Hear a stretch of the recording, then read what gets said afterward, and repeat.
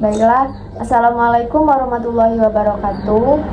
Perkenalkan, nama saya Mulia Rahmawati. Saya Nisa Julitiarni. Saya Airul Mubarok. Di sini kami akan mengerjakan tugas proyek mata kuliah aplikasi dan pengelolaan data kuantitatif dan kualitatif yang diampu oleh Bapak Prianggo Kurnia. Baiklah, langsung saja di sini untuk langkah pertamanya yaitu melakukan observasi dan wawancara pendahuluan. Untuk langkah pertama ini akan dijelaskan oleh Hairul. Kepada Hairul dipersilahkan. Baiklah, saya akan menjelaskan langkah pertamanya. Awal mula kami observasi di Madrasah Al-Islam Pemuda.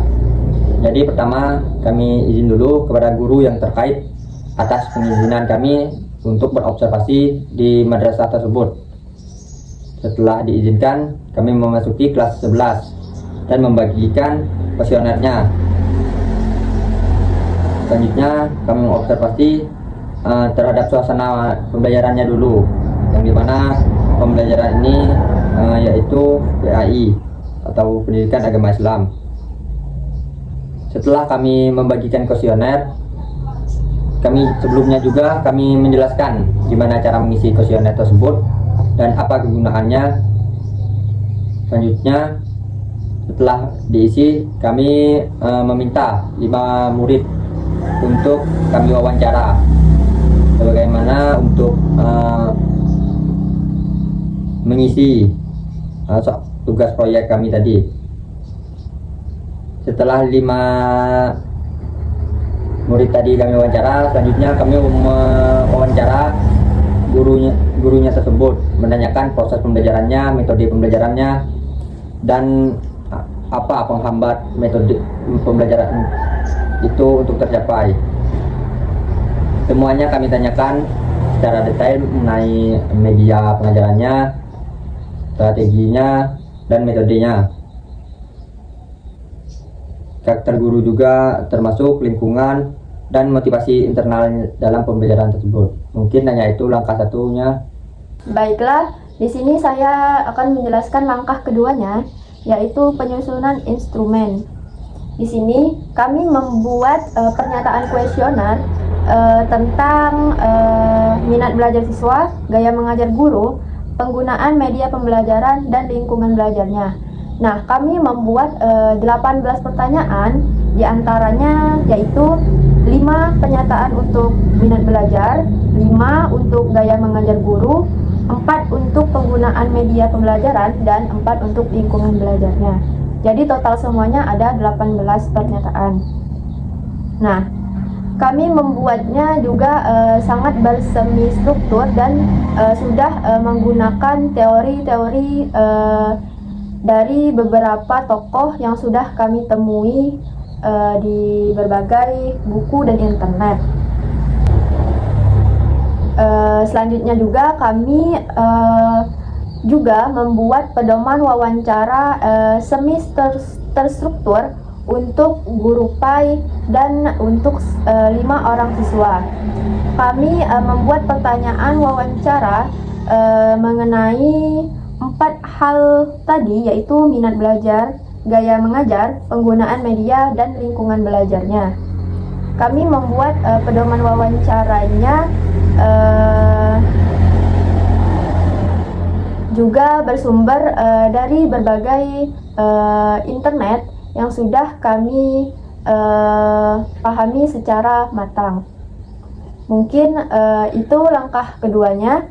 Selanjutnya untuk langkah ketiga akan dijelaskan kembali oleh Hairul. Baiklah, selanjutnya saya akan menjelaskan langkah ketiga. Jadi langkah ketiga ini proses pengumpulan data. Prosesnya yaitu kami menyebarkan kuesioner tersebut kepada 30 siswa. 30 siswa itu minimalnya dari kelas yang sama, kelas yang kami observasi tadi. Setelah penyebaran kuesioner tersebut, kami melakukan wawancara mendalam dengan satu guru PAI seperti yang telah saya jelaskan di langkah pertama tadi. Itu juga ada rekamannya, kami rekam untuk pembuktian dan untuk mendengarkan, untuk mengisi tugas proyek kami tadi. Selanjutnya kami mencatat hasil observasi selama proses pembelajarannya agar bisa kami isi di tugas proyek. Mungkin hanya segitu untuk langkah ketiganya.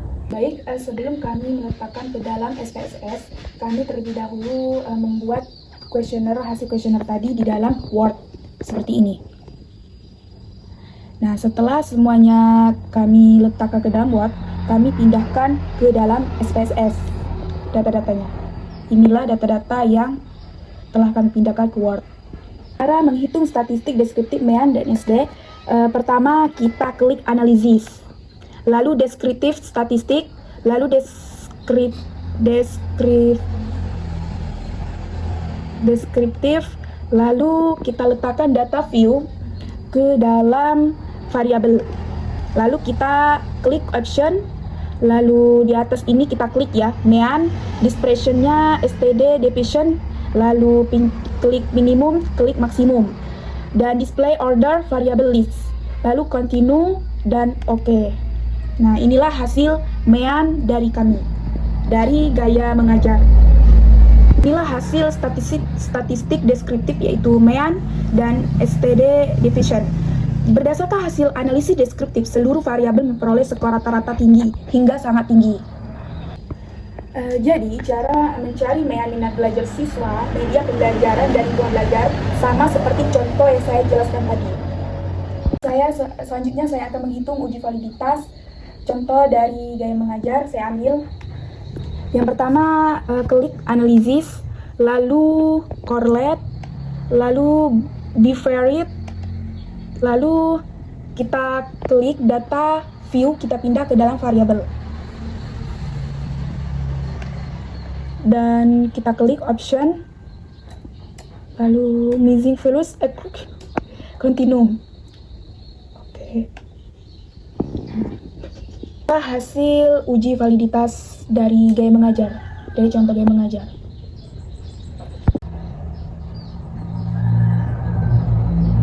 Baik, berdasarkan hasil uji validitas, seluruh item pernyataan pada variabel LB, MP, dan MB dinyatakan valid karena nilai R hitung lebih besar dari tabel 0,361 dan signifikan 2 sampai toilet lebih kecil 0,05. Sementara pada variabel GM terdapat suatu item P5 yang tidak valid karena R hitung lebih kecil dari tabel. Hasil uji reliabilitas menunjukkan bahwa seluruh variabel memiliki nilai Crowback S alpha lebih besar 0,6 sehingga dapat disimpulkan bahwa instrumen penelitian reliable. Selanjutnya kami akan menghitung reliabilitas instrumen dari contohnya GM lagi, yaitu gaya mengajar. Yang pertama klik analisis, lalu scale, lalu klik reliability analysis. Lalu kita sama seperti tadi, yaitu mengklik data view ke items. Kita pindah ke items.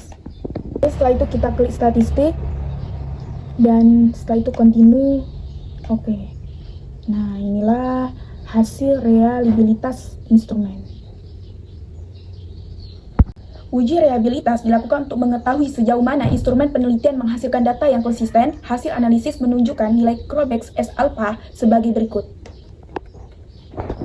Seluruh nilai Crowback alpha berada di atas 0,70, sehingga instrumen kuesioner dinyatakan reliable dan layak digunakan dalam penelitian.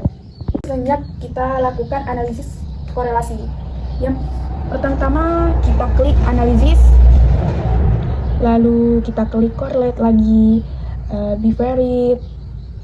Nah, ini sudah diletakkan ke dalam variabel, option, continue, dan oke. Nah, inilah hasil korelasi tadi. Cara korelasi itu sama seperti kita mencari uji validitas tadi. Hasil uji korelasi Pearson menunjukkan hubungan antar indikator dan total skor setiap variabel. Secara umum, semua item memiliki korelasi positif dan signifikan dengan total skor variabelnya P lebih besar 0,05. Contohnya pada variabel lingkungan belajar, nilai korelasi antara setiap item dan total berkisar antara R sama dengan 0,341 hingga R sama dengan 0,842. Yang berarti hubungan yang kuat dan signifikan. Demikian pula pada variabel lain, minat MP, EB, dan GM Seluruh item juga menunjukkan korelasi signifikan P lebih besar 0,05, menandakan bahwa setiap butir pertanyaan valid dan berkontribusi terhadap pengukuran variabelnya. Ini akan menjelaskan data kualitatifnya, yaitu analisis wawancara dan observasi menggunakan teknik analisis tematik manual tanpa software karena masih di tengah semester. Baiklah, inilah kuesioner penelitian kami. Nah, di sini ada nama, kelas, jenis kelamin.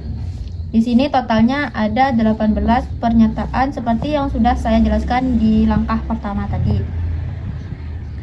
Nah ini yaitu kami menentukan pernyataan tadi melalui teori-teori yang sudah kami temui dari beberapa ahli tokoh.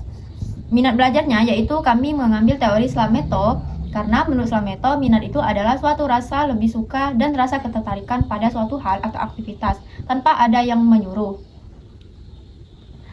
Menurut Slameto, beberapa indikator minat belajar yaitu perasaan senang, ketertarikan, keterlibatan, motivasi, pengetahuan, dan perhatian siswa. Nah, inilah indikator yang kami buat tadi, dan ini dimensinya.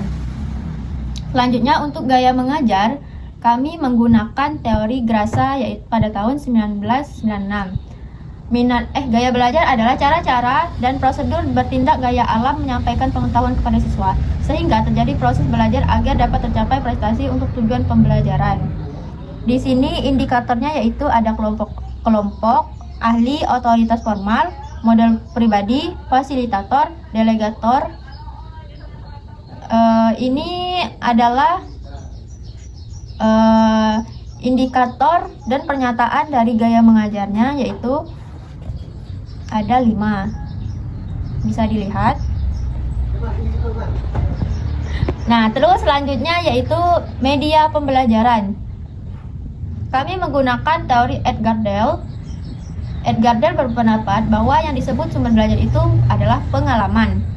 Jadi, pengalaman itu adalah media termasuk dari media pembelajaran.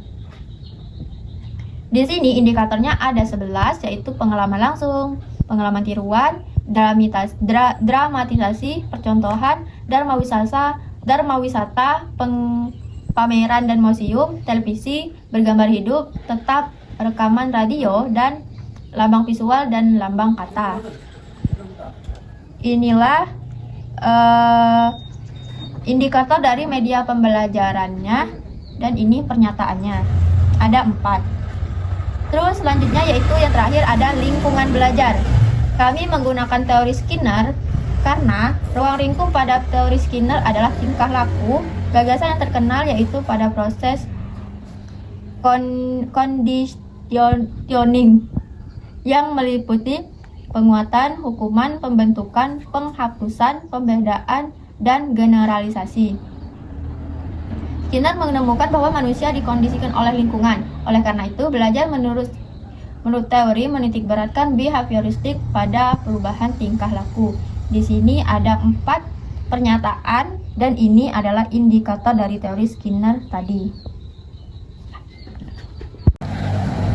Baiklah, di sini yaitu temuan kualitatifnya. Di sini bisa dilihat ada temanya yaitu 1, 2, 3, 4, dan 5.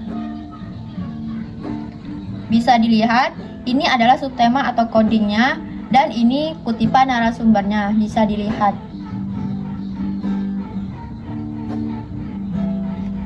Nah, metode guru dan codingnya pembelajaran aktif. Terus ketertarikan terhadap pelajaran, ini codingnya yaitu minat belajar. Terus ada jenis media pembelajaran, codingnya media pembelajaran. Di sini lingkungan belajar, codingnya suasana kelas, dan yang terakhir yaitu upaya peningkatan pembelajaran PAI, codingnya yaitu masukan pembelajaran.